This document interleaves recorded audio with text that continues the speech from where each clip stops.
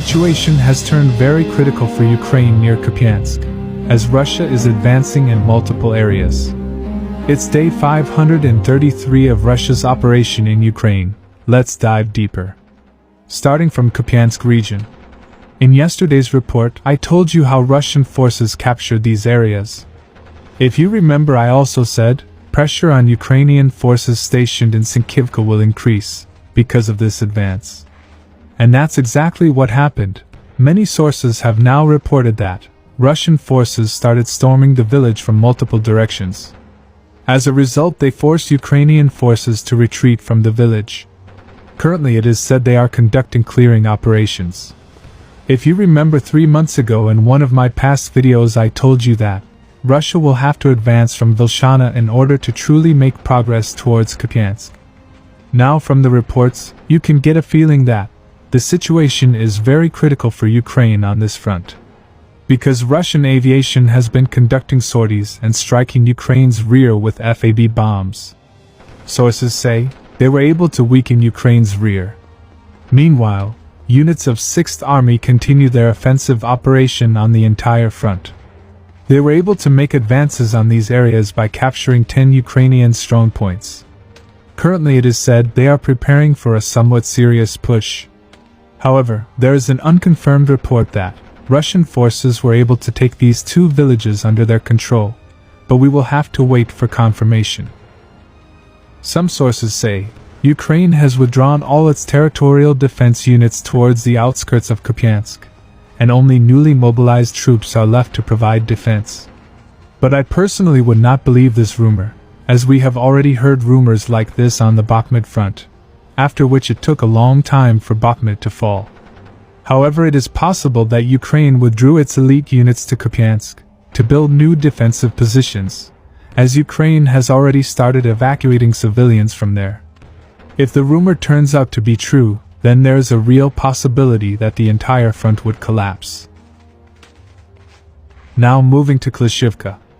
Last time I told you how Ukraine is planning to cut Klishivka from Bakhmut by advancing towards this road, and also reported that they were able to capture this area. Latest report says, after more than 2 days of continuous attack towards the road, they were able to take this small area under their control. Sources say they are having hard time advancing because they suffered serious losses in taking the surrounding heights of Klishivka. In addition, Russian aviation is frequently striking their manpower and equipment near Chasiv Yar. Sources say Russian forces tried to counterattack but were not able to maintain their foothold. Now from Kurdyamivka, Russian forces launched a surprise counterattack, and as a result were able to take this big area under their control. Latest report says they are currently attacking this area from multiple directions. However, the situation still remains critical in Klishivka. Now moving to the Orikhiv region. Last time I reported how Russian forces conducted a successful counterattack in this area. I also told you how Ukrainian forces were trying to recapture it, but were not successful. Sources say Ukraine kept on attacking the area with support of tanks. Russian forces multiple times remotely mined the open fields, in order to buy some time to build defensive positions and replenish their resources.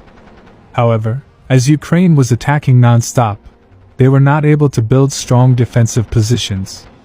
So they decided to retreat from the area.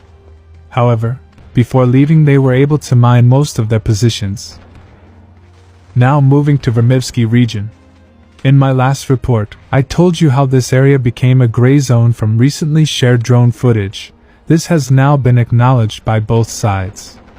Apparently, Ukraine has some kind of infantry presence in this area, as intense fights are taking place. They are also trying to cut Russian forces by attacking their rear from Staromayersky. But sources say most of the attacks have failed. In addition, Ukraine is hitting the village with heavy artillery. Russian sources say there's nothing left to defend. They also say Ukraine is not experiencing any type of shell hunger. They have more than enough shells.